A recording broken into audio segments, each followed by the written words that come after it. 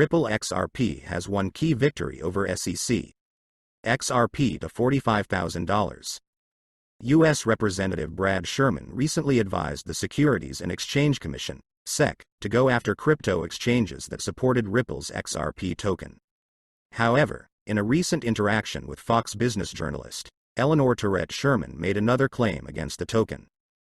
Welcome to the Finance Up channel. If you liked this video, don't forget to like it and subscribe to the channel. Do you think the analysts are right about XRP? Write the answers in the comments. Giving away 500 XRP at the end of the week. One random subscriber will receive XRP coins. Take a look at the instructions in the comments section. All you need to do is write the word XRP, watch the video to the end, to like and subscribe. The first thing that comes to mind is Bitcoin, the leading cryptocurrency, and Musk's pet Dogecoin. Well, if everything is more or less clear with Doge, since it is already accepted as payment for some mass products, then you can only guess about everything else. Well, known crypto investor Anthony Pompliano claims that Bitcoin is the only means of payment that can process instant global microtransactions on a scale. Many Twitter users objected to this statement and said that the Bitcoin network can only process 7 transactions per second. If Elon Musk really wants to turn Twitter into a payment app, then Bitcoin is the only payment network that can handle instant global microtransactions at scale. Twitter tipping already allows users to send US dollars or BTC via the Bitcoin network, which is a natural extension. A well-known lawyer in the XRP community, John E. Deaton, called Pompliano's opinion clearly erroneous, adding that Twitter used its own Ripple token, XRP, for micropayments many years before BTC. In order not to be called an XRP fan, Deaton stated that he has more Bitcoin than XRP, and he was only trying to lay out the actual arguments regarding Ripple. I'm not sure why people say things that are clearly not true. Increasingly, the end of March 2023 sounds like a likely end date for the ongoing litigation between Ripple and the U.S. Securities and Exchange Commission, SEC. To the delight of conspiracy enthusiasts, at the same time, the launch of ISO 20022 was postponed from November 2022 to March 2023. James K. Phelan, sharing an updated schedule of events in the Ripple trial, stated that, despite a slight shift in events, he continues to adhere to his forecast that the Torres district judge will decide both on the petitions of experts and on the petitions for a simplified procedure at the same time, no later than March 31, 2023. I am sticking to my prediction that District Judge Torres will decide both the expert motives and the summary judgment motives at the same time, on or before March 31, 2023. Jeremy Hogan, an American lawyer and partner of Hogan, who is following the case, supports James K. Phelan's prediction about when Judge Torres may decide on expert petitions, as well as on a summary judgment. As he tweeted, and here it is, March 31, 2023. And there you have it. March 31, 2023. This means that the case is likely to be resolved within the next 4 months, which is a very optimistic forecast.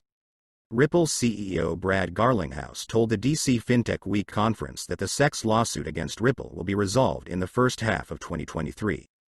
According to Garlinghouse, there is a chance that the lawsuit can be settled in the next 3 to 4 months. However, he does not rule out that it may take longer. Garlinghouse added that Ripple may consider settling with the SEC, but stressed that XRP must first be recognized as a non-valuable paper. In September, the SEC and Ripple filed motions for summary judgment, asking District Judge Annalisa Torres to rule based on the arguments presented in the accompanying documents. Subsequently, both Ripple and the SEC filed their objections to each other's motion for a summary judgment. It was expected that responses to the motions for summary judgment would be received by November 15, in accordance with an earlier schedule of events in the case, but they were postponed to November 30, when it is expected that all briefings will be completed and Judge Torres will make a final decision.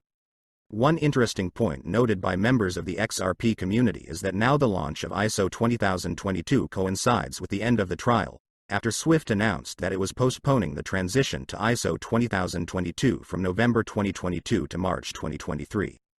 The decision to postpone Swift was made at the request of the international financial community in connection with the change of the date of migration of the Eurosystem to ISO 20022 in the field of cross-border payments and reporting, CBPR+. The cryptocurrency community is discussing the SEC's victory over the Library crypto company. In May 2021, the SEC sued Library for offering unregistered securities to American investors. The Securities and Exchange Commission filed a lawsuit against Library, a digital content distribution company and a trading platform for it, just a few months after it filed a similar lawsuit against Ripple. Many crypto and legal analysts predict that the outcome of the Library case will play a key role in the Ripple lawsuit. Attorney John Deaton, founder of Crypto Law, was among the legal analysts reacting to the SEC's victory over Library. In a tweet today, Deaton noted that the Securities and Exchange Commission will refer to the Library verdict in its upcoming brief responses to Ripple's motion for a summary judgment. He said Ripple would also likely mention the case in the company's own response to the Securities and Exchange Commission's motion for a simplified procedure. He also expects the SEC to take advantage of its victory over Library in the Ripple lawsuit. Deaton also pointed out the difference between these cases. This decision is in the First District. The Ripple XRP case is in the Second Circuit and has a different precedent, as does the Upton case, he added. I didn't have time to read it, but I'm sure at SecGov will quote it in a short answer in a couple of weeks, and at Ripple will distinguish it by the facts. This decision is in the First District. The Ripple XRP case is in the Second Circuit and has a different precedent, as does the Upton case. In a separate tweet, Deaton also said that the SEC won an impeccable victory over Library, since the court did not distinguish between the sale of the token. He added that the SEC and its chairman Gary Gensler will use this case as an example against crypto projects in the future. Unfortunately, this is a complete victory for the SEC, as the judge does not distinguish between secondary market sales independent of Elbricom, or future sales compared to past sales. Get ready with it, Gary Gensler? ? And the SEC will use this case as an example to move forward against crypto. Lawyer Jeremy Hogan, a partner at Hogan Hogan, also comments on the development. Lawyer Hogan also expects the SEC to take advantage of its victory over Library in the Ripple lawsuit. Library fought a good fight, but lost in summary proceedings. The judge pretty much hung his hat on the fact that the tokens were practically not used during the sale.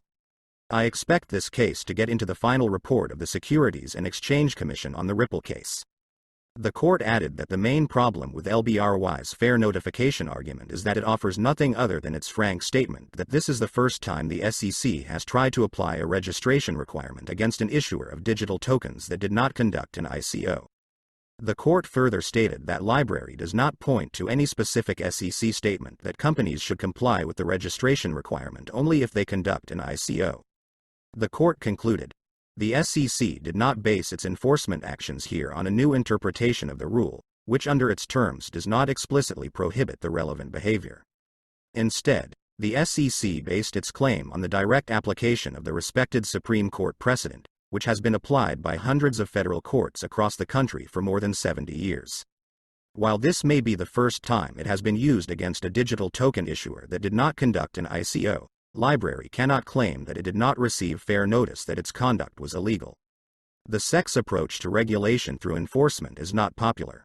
But despite the unpopularity, until the laws are changed or the SEC suggests a more viable way forward, issuing tokens according to current models will remain a challenging task. The Securities and Exchange Commission is stepping up its enforcement efforts. This decision is likely to contribute to the development of this trend. If you are issuing or have issued tokens, you need to make sure that you have protected your legal grounds. The current price of XRP for today you can see yourself on the screens, and the trading volume for 24 hours is $1,294,436,065 US. We are updating our XRP price in US dollars in real time. XRP has dropped 4.08% in the last 24 hours. Do you think XRP will be able to win the court and restore its former price? Write the answers in the comments. That's it for today. Thank you for watching this video to the end. If you liked it, then don't forget to like it and subscribe to the channel.